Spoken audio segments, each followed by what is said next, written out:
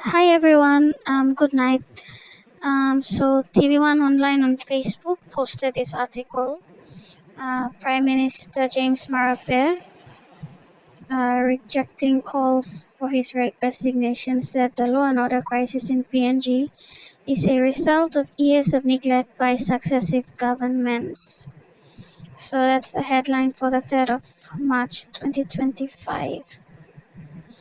So the thing about a change of government is governments inherit their predecessors' problems and they act to fix it. So government has PM Marape also has been the government for what since 2019, and they have been aware of this issue of law and order. Uh, he has said that the crisis the country is going through is not a sudden problem. And yeah, they have taken steps to address this.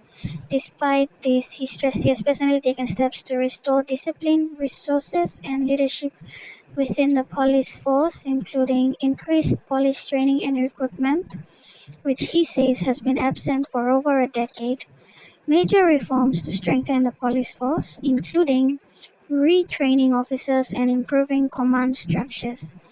And thirdly, to improved coordination between security agencies including Defense, National Intelligence, and the Attorney General's Department. So these 3 points highlight the steps Marape Rosso government has taken to address law and order issues in the country. So yeah, despite these challenges, we are rebuilding the system, and he's saying that these reforms take time. Simply replacing a prime minister and minister of police will not resolve anything overnight. And he described these calls for him to resign as reckless and coming from political opportunists to exploit social tensions for political gain. So what we the people and general public of Papua New Guinea, we just want a swift response. We want the government to realize that all this violence is occurring at a fast rate. Since January 2025, there has been so much chaos. We need the government to be realistic and say that it is definitely a state of emergency. That instead, the government is choosing to see this a political attack, saying that from my end, I see a pattern emerging from the deputy opposition leader James Norman, and I am not surprised. Some in the opposition believe they can ascend to government by exploiting social issues and tensions on the ground. This MO has become apparent. So people are upset because there is no swift, diligent, and efficient treatment of the problem of violence, and it's erupting in small groups all over the country, and it's affecting voters and people, small people on the ground, grassroots people, and people are dying, and it's not a political thing anymore. It's beyond politics. These are people's lives.